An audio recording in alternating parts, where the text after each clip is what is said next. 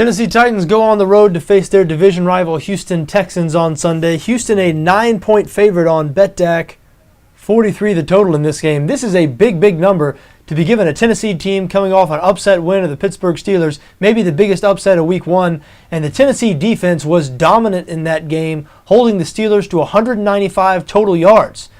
Now Houston, even though they came back in the end and beat the San Diego Chargers, they did not look good at all for the first 3 quarters in that game, down 28-7 with 5 minutes left in the third quarter.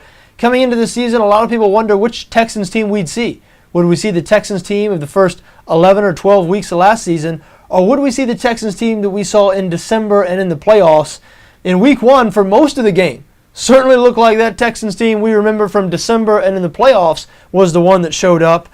Arian Foster, limited in the preseason with an injury, only 57 yards and 18 carries last week against the Chargers. And as we mentioned, Tennessee, only 195 yards, total yards allowed against Pittsburgh last week. So I think this game's going to be kind of low scoring. 43 is the total here.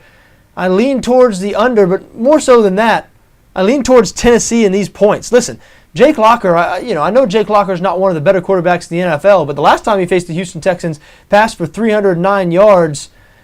Chris Johnson, 70 tough yards last week against the Pittsburgh Steelers. Pittsburgh's ranked number 1 in the NFL in total defense for the last 2 seasons. So things are going to get a little bit easier for the Tennessee Titans offense this week against Houston, even though Houston has a pretty good defense in their own right. But what this comes down to me is these teams, there's not a 9-point difference in these two teams based on what we saw last week and really based on what we saw at the end of last season. When you look at the way the Houston Texans played the last 4 or 5 weeks of last season and into the playoffs. So this is a good spot to jump on the underdog here. A lot of people still too high on Houston. A lot of people apparently think that Tennessee's upset of the Pittsburgh Steelers last week was flukish.